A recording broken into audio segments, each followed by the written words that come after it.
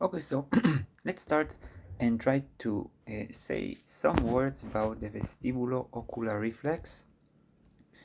Vestibulo-ocular reflex, or VOR, which is short for vestibulo-ocular reflex, is a reflex which connects the vestibular system to the movements of the eyes. This is the reflex that now I'm just activating. It should help me stabilize the eyes when the head is moving. So you can see that I can stay on the same spot even though my head is tilting from side to side. This is thanks to the VOR, or vestibulo-ocular reflex. Now, how this reflex even works? So this reflex is based on the movement on the flow of fluids, or detection of movement in the vestibular system. You have the otolytic organs like the saccule for vertical acceleration, or the utricle for the linear acceleration, and you have the semicircular canals, the superior, the posterior, and the horizontal semicircular canal. The movement of endolymph in those canals and detection of movement can cause the activation of the vestibular ocular reflex throughout the vestibular nerve, which goes to the brainstem. There it goes to the vestibular nuclei. Throughout the MLF, medial longitudinal fascicles, it goes to the oculomotor nuclei, which command the muscles of the eye for movement. There you have the third nerve, oculomotor nerve nuclei. You have the fourth cranial nerve, trochlear nuclei, and you have the abducens nerve.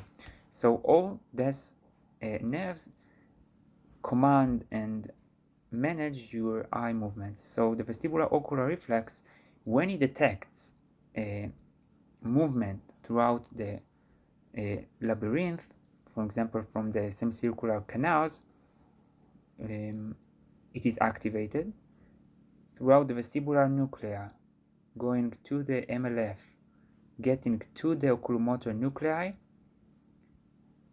Here the vestibular ocular reflex detects the movement and telling to the nuclei of the nerve that control my eye movements.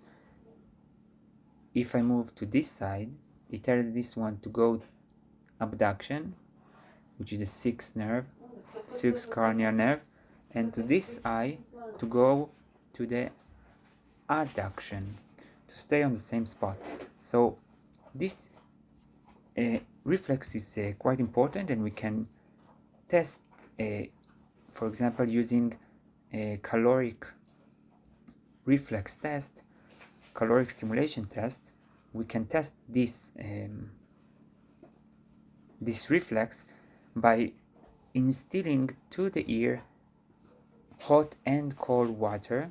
Now, this installation of water causes the fluids in the horizontal semicircular canal to move, and to the eyes. Now, the labyrinth detects this movement of fluids in the semicircular canal as if there is movement, because when I move my head, I detect the movement because of the semicircular canal fluid movement. So this installation of water causes change in the density of the fluid in the semicircular canal, the endolymph. This causes the fluid to move. This movement of fluid is like my head moving. So the inner ear detects it like when I'm instilling hot or cold water, it detects it as movement. And this causes my eyes to move.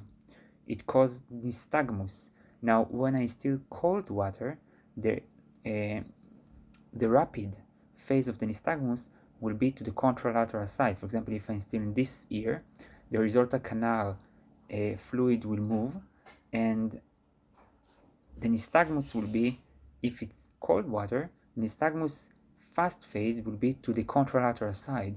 If I instill hot water, warm water, so the nystagmus rapid phase, not slow phase, fast phase will be to the side of the hot water, where I instill the hot water.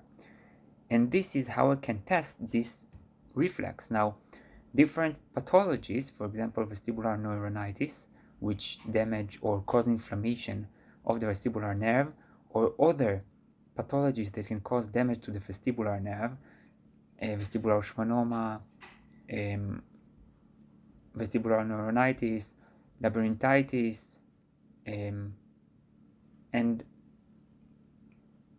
all of the pathologies that can cause damage to the, I think, Meniere also, but I'm not sure about that. I need to check. So those pathologies that I said, vestibular schwannoma, labyrinthitis, vestibular neuronitis, will cause reduction in the side they cause damage, reduction in the threshold and the amplitude of the vestibular ocular reflex in the same side. So if there is a problem here or here, and I still water here, so the reflex will be much lower. Much lower to what? In order to compare, do it on the contralateral side, on the healthy side, and you will see that in the damaged side, you will get a much lower, even absent reflex compared to the healthy side. So this is the idea of this reflex, that let your eyes stay on the same spot while your head is moving. This is the vestibulo ocular reflex. Thank you very much, and those are the tests and pathology that can cause damage and its clinical relevance, especially with caloric reflex test. I especially talked about it. And this was about the vestibular ocular reflex, and that's it.